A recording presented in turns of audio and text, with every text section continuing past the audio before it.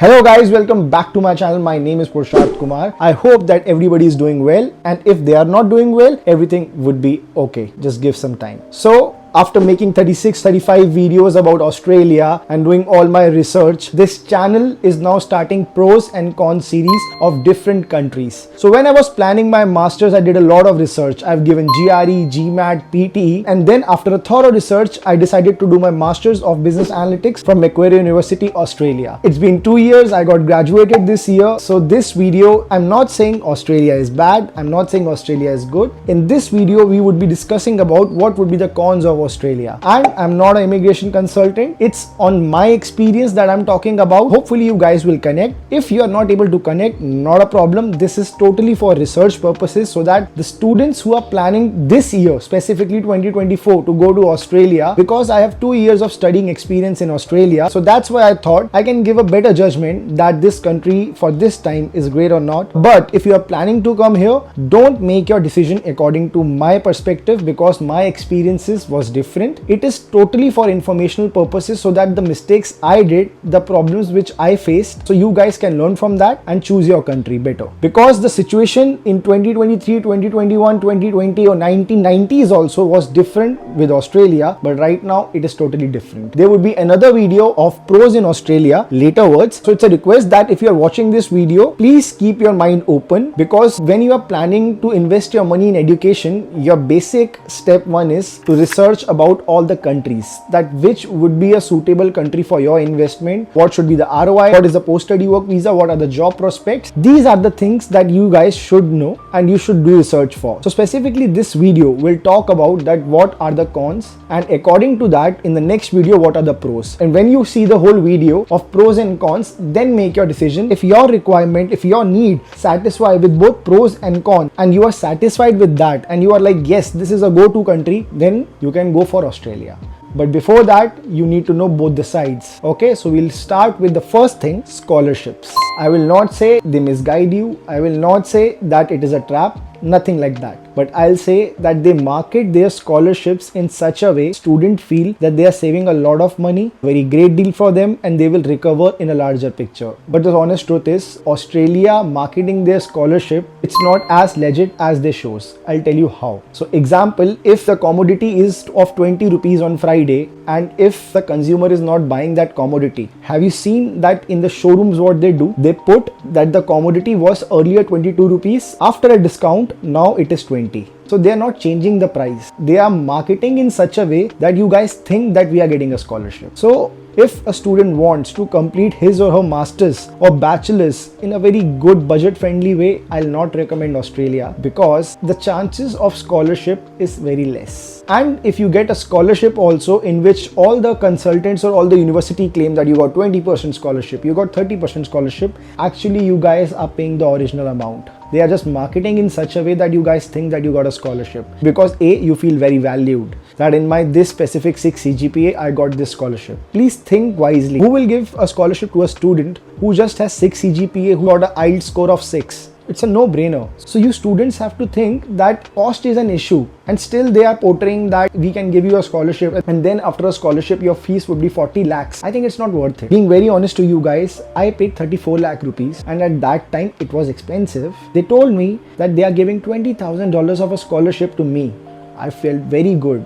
But later on the stage, when I came to Australia, when I talked to students, people having a less marks than me also got the same scholarship. Everybody was sailing on the same boat. So then I realized that this country is not a scholarship friendly country. Likewise, when you go to Germany, when you go to Norway, when you go to France, they are also teaching the same curriculum. But the scholarship opportunity are more. Howsoever, they would be having a multiple cons, which I will be making a video in future. But when the aspect is scholarship, when I researched all the universities, yes, they gave it. But chances of getting 100% scholarship, 80 or 70% scholarship is very less because you need 85%, you need 90%, you need a good work experience. They value those people who have achieved all the good grades, and all the students who has a good grades, majorly they plan their study to US. So if you're looking for good scholarships and you have a basic grades, I think Australia is not a country for you because it's not scholarship friendly. That's the first con which I feel, because I think that Australian government should make some scholarship for the people like me, a legit scholarship. I'm not saying a marketing scholarship in which the original price is kept the same and it is marketed in such a way that you think that you are getting a scholarship. It's such a trap. So I think so, if you guys are planning for a scholarship, don't choose this country. Second thing is high cost of living. I know Australia has the same issue, US has the same issue, Canada also has the same issue. But here, Sydney and Melbourne, the price of renting is literally too high. Like when I went in COVID times, literally I felt lucky because my rent was just $240. That too having a personal room, which is such a big deal over here, because getting your personal room in $240 was a blessing. But right now, if you compare the prices,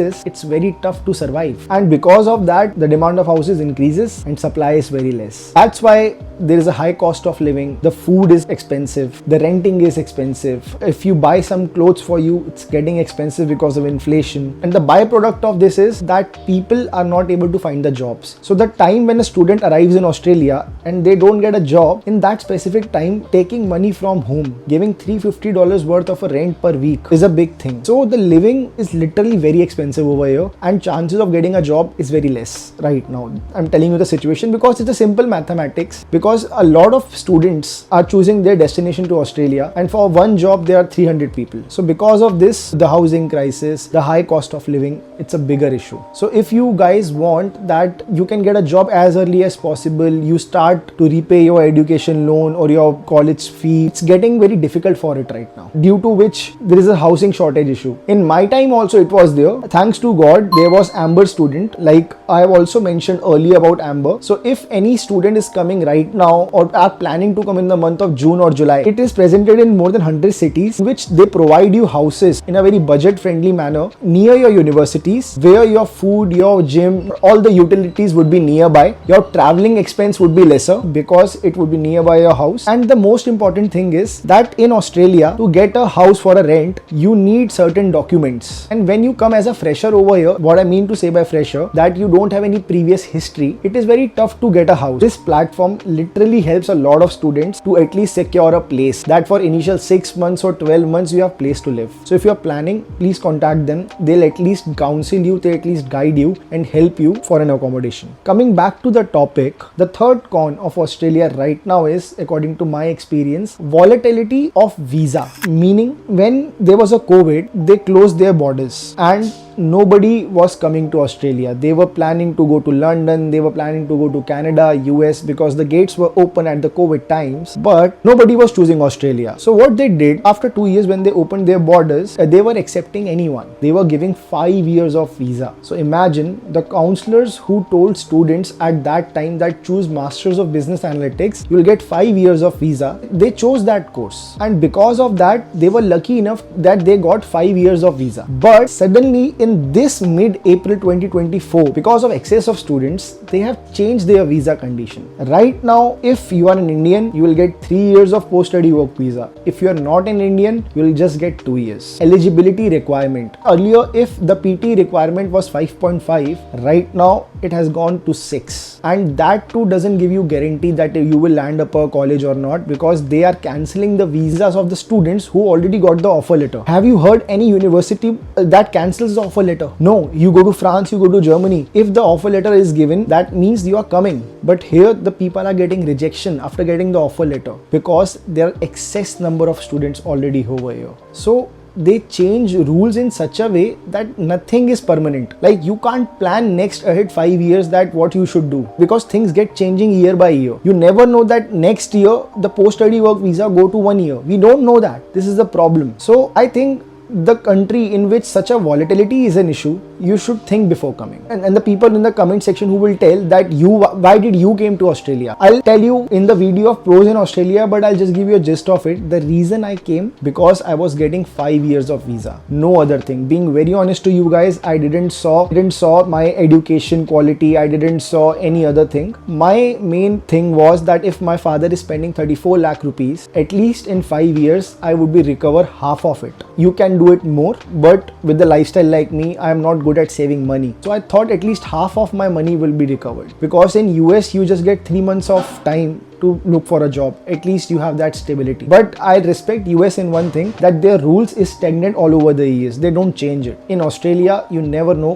what can happen next. The fourth point is jobs. I'll be honest with you guys, my friends which had a good skill, which took the degree that they really love, they got the job. Imagine the people who love the skill, they got the job. In Australia, people say Australia don't have jobs, but the people who love the skills and chosen their degree, they got the job. But the people like me who chose their degree just because of visa are still struggling. So there is an issue for jobs for the people who are fresher, because if a guy like me is doing masters of business administration or analytics or any masters, the employer would be looking for a work experience. So because of that, people are not getting jobs. People who have chosen the skill because they love it have already work experience of 4 years back in India. So that's why they are getting jobs. But the people like us who are a fresher, it's very tough to crack it. If you research the demographics of Australia, that how many people who have done their bachelor's or master's in a certain field, how many people are working in that specific domain, it's just 33%. For next 3 years, if you are a fresher, I'm not saying that nobody gets a job. It depends on the luck factor and the hard work factor also, but majority I'm talking about. They are working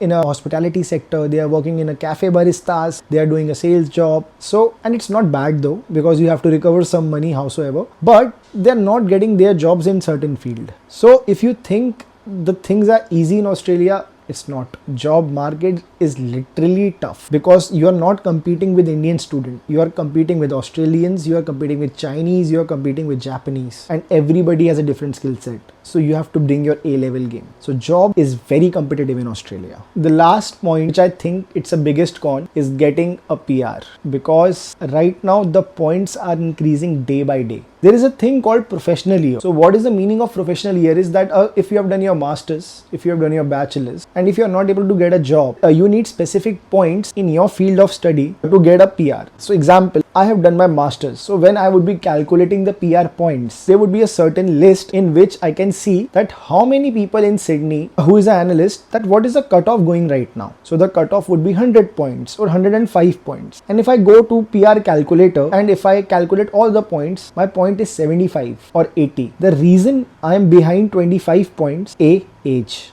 B, professional year. The meaning of professional year, that do another study if you want to get a point. So think in the perspective of student, that the student is investing in bachelor's, then masters. Then if he wants a PR, then he's also doing a PY, because he wants to get another 5 points. Then another 5 points he has to get in PTE or IELTS, he has to get 888. Like all the marks should be top. Then only you will get the 5 points. So to clear all these points, it is a very tough task, because in your life, there are certain things which is bigger than the PR. Your professional career, your parents, your family, your work life. So because of this, all the energy of the students are on one direction, which is a PR. And because of that, they ignore all the 4 things. Students who are watching me, I'll be very honest with you, I'm telling you according to my experience, because my mindset was also the same. But the people who I have saw in front of me getting a good jobs, when I talk to them, I get to know their experience. I'll be very honest with you, focus on your skill. I'm doing it right now. I should have done in my college, but I'm doing it right now, because I have seen the people who have got a very good package just because of the skills. So I'll say, if your motive is just PR,